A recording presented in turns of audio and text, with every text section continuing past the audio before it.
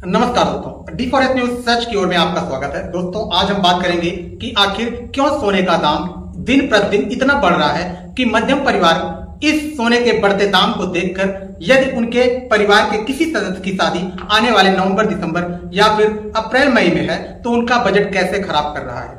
क्योंकि इस 2 सालों में लगभग 90% सोने के दाम में बढ़ोतरी हुई है और उस बढ़ोतरी से मीडियम क्लास का व्यक्ति अगर अपने बेटे और बेटियों की शादी करना चाहता है तो उसके ऊपर क्या असर पड़ रहा है। तो पहले हम ये जानेंगे कि सोना सन 2014 से लेके अब तक कितनी ज्यादा इसके मांग बढ़ी और कितनी ज्यादा इसके मूल्य बढ़ते चले गए।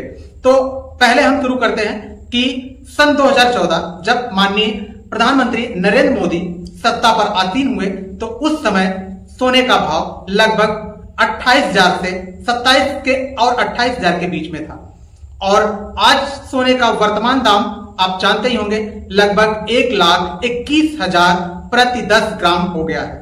और यह बढ़ोतरी कैसे हुई? सन 2014 में 27 से 28,000 के बीच, लगभग सन 2015 में वही स्थिति रही 28-29 के आसपास और 16 में लगभग 30-31 के आसपास और 17 में लगभग 32 के आसपास और 20 में सीधे यह 48 के आसपास पहुंचा और 21 में 52,000 के आसपास पहुंचा और 23 में 65,000 और 24 में 75 से 80,000 और अब वर्तमान समय सन 2025 में 1,21,640 रुपया प्रति 10 ग्राम हो गया है। आपको जानकर यह हैरानी होगी कि आखिर इन 2 सालों में 90% सोने की बढ़ोतरी क्यों हुई। सोने का डिमांड इतना अधिक क्यों बढ़ता गया? आखिर क्या कारण है कि चाहे वो अंतरराष्ट्रीय बाजार हो या फिर चाहे भारत के शेयर मार्केट हो, सबने सोने पर पैसा लगाना क्यों शुरू कर दिया? सबको क्यों दिखा कि यहां इन्वेस्टमेंट करने से हमें अच्छी प्रॉफिट हो सकती है और ज्यादातर लोगों ने सोना खरीदना शुरू कर दिया।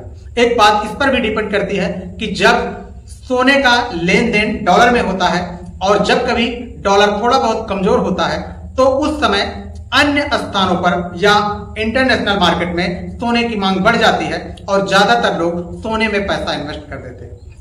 आइए हम अपने भारत की बात करते हैं कि भारत में सोना किस तरीके से देखा जाता है और जिसे हम सोना कहते हैं वह कैसे मध्यम परिवार की फैमिली की नींद को उड़ाकर रख दिया है। क्योंकि जिनके घर की शादियां नवंबर, दिसंबर में है, उनका पूरा बजट कैसे इस सोने के दाम ने खराब कर दिया। लगभग 90% बढ़ोतरी के बाद सोना इस समय उनके इस बजट को पूरी तरह फेल कर दिया है और उन्हें यह समझ में नहीं आ रहा है कि हम अपने खर्चे की कटौती कहां से करें और कहां इसको बराबर करें।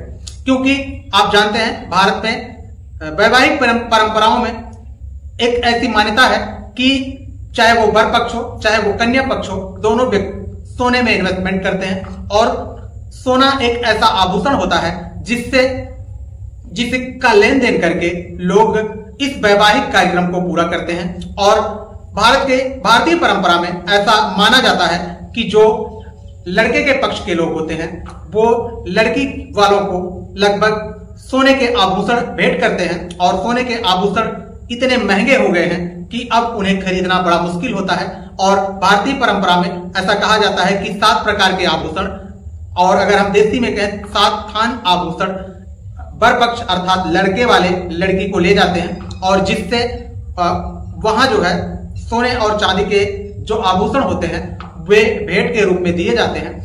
और आज सोने की ये हालत है और कि लगभग कुछ ही सालों में यह इतना अधिक बढ़ा कि न तो इतनी ज्यादा किसी आम आदमी की कमाई बढ़ी और न ही किसी मध्यम परिवार के घर पैसे आए, लेकिन सोने का दाम इतना बढ़ा कि उनकी नींद हराम हो गई है। ऐसा कहा जाता है कि स्लीप इज गोल्ड। वही हालत है, ना तो लोग सो पा रहे हैं और ये कारण क्या है? सिर्फ सोना है। अगर कोई मध्यम परिवार से व्यक्ति है और वो यह वीडियो देख रहा है तो वास्तव में उसे समझ में आ रहा होगा कि आखिर कैसे इन्वेस्ट करके वो अपने बच्चे बच्चियों के शादी विवाह की परंपरा को संपन्न कराएंगे। और आखिर क्या कारण है कि इस पर जो है इसके भाव को इतना अधिक बढ़ाया गया? क्या इसके बदले में कोई और धातु डेवलप की जाए जिससे कम दाम में वह उसी क्रेज में अपने इस मध्यम परिवार की फैमिली के लिए एक अच्छा सा तोहफा हो। आज की जो स्थिति है वो वास्तव में सोने का दाम इतना अधिक बढ़ा के रख दिया है कि आम आदमी के बस के बाहर की बात है कि वह अपने शादी विवाह के परंपरा में सोने का आभूषण बनवा के अपने बेटे बेटियों को दे सके। और यह एक ऐसा क्षेत्र है, यह एक ऐसा व्यापार है जो कि किसी के अंतर्गत नहीं आता। यह एक अंतरराष्ट्रीय मार्केट है और यह अपने हिसाब से घटता और बढ़ता है, क्योंकि जब सोने का दाम 2014 में 28 के आसपास था, 26-27